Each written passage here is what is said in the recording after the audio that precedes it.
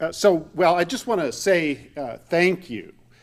First of all, it's really been, for me, a terrific event. There are a few conferences that I would pay to attend, and I guess I shouldn't say this in Mike's presence, but I certainly would pay to attend this one. So thank you to all of the faculty members of the center, to Mike and Myman and Larry and Steve and Lori, and also a big thanks to Bob Bennett, whose essays in our joint debate about constitutional originalism have pressed me to think through anew a variety of problems. So let me just tell you what I'm going to do first.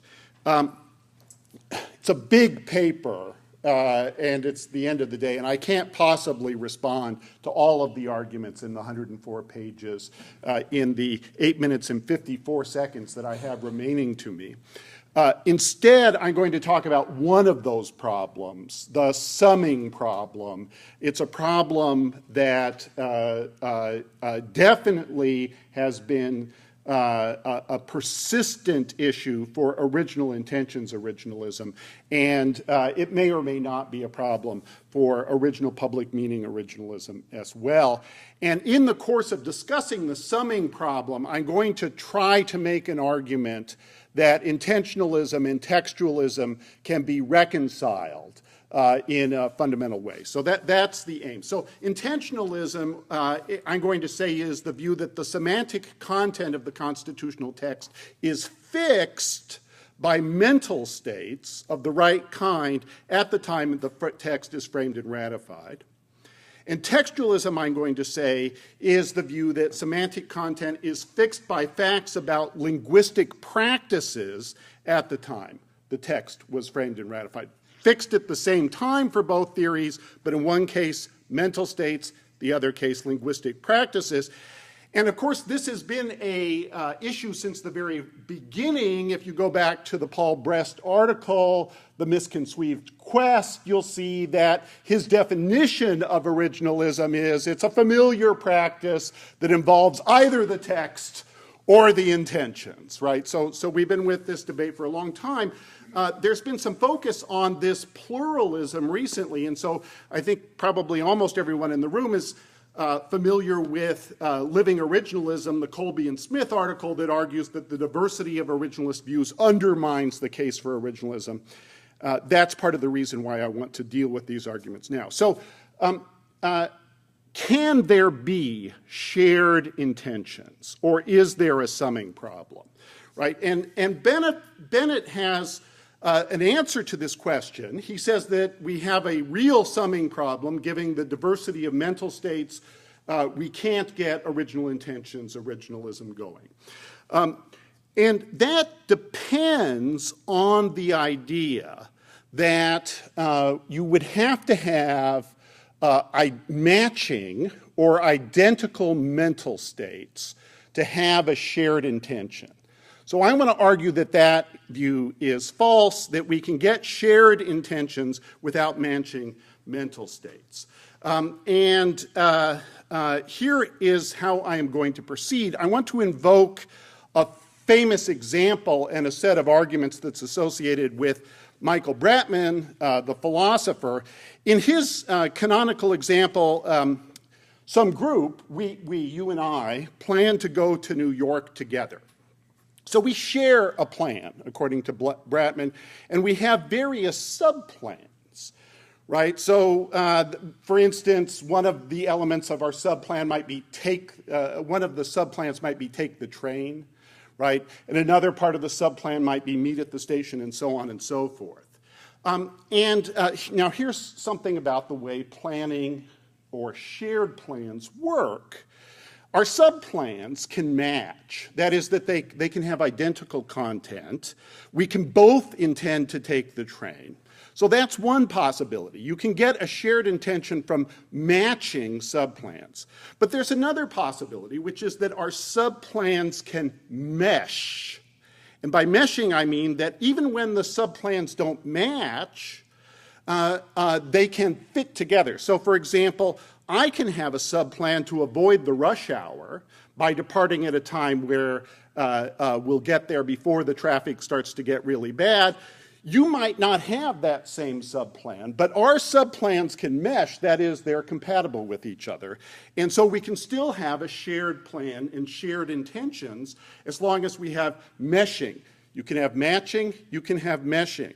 But what do we do about the case in which our subplans do not now match or mesh, right? Can we still have a shared intention? And this is the problem that is involved in summation, right? So here's the point Bratman makes about shared intentions in general, based on the idea of planning, which is that we can have a shared plan or shared intentions so long as we have some way, some plan, some intention to solve the problem of non-meshing, non-matching subplans, right? We do not need to match to have a shared plan to go to New York City, and this kind of problem occurs all the time. I think we're taking the 2 o'clock train. You think that we're going to take the 3 o'clock train.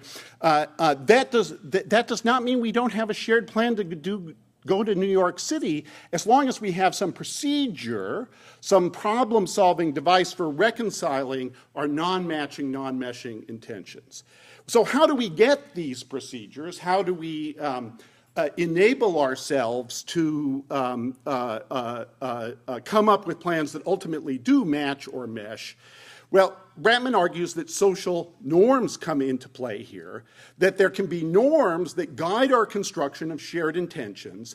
These norms structure the process by which our subplans come to match and mesh, and the processes by which we solve the problems of divergent intentions, right? So now, how does this relate to theories of constitutional meaning? Well, we've already had reference here to the idea of Gricean speaker's meaning. So the idea here is that the meaning of a speaker's utterance is the meaning that the speaker intends the listener to glean based on the listener's recognition of the speaker's intention. Now that implies a success condition, right? In order to get speaker's meaning going, it has to be the case that there's common knowledge, that is shared knowledge by the speaker and the listener of the intentions. Now that creates a problem in the case of legislation, because there are multiple framers and multiple ratifiers of the constitutional text, and the people who are going to read the Constitution are distant frequently in time and space from the acts of authorship and ratification. So how could we solve these problems? That is, what techniques are available to us? Well, the problem of summation is that matching won't work. It's not going to be the case that the mental states are all identical. And even meshing won't work fully, because although it might be that there are a set of consistent subplans, or now we're talking about meanings, a set of consistent set of beliefs about meaning that can be meshed together, that won't always be the case. There'll be some cases in which there will be conflicting intentions. So how could you have a plan to resolve that problem? Well, one way you could resolve that problem is with the idea of conventional semantic meanings. Conventional semantic meanings are publicly available, and they can provide, with the accompaniment of a norm, a social norm that points us to conventional semantic meanings, they can provide a solution to this problem of non-matching, non-meshing intentions.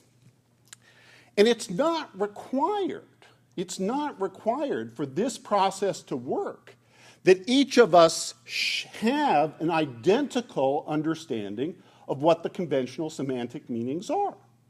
Why not? Well, because first, obviously, we wouldn't have identical understandings in all cases. We recognize that fact. So we can share an approach to solving the problem of divergence that says, when there's divergence, go with the conventional semantic meaning. That is the meaning that prevails among speakers of the language.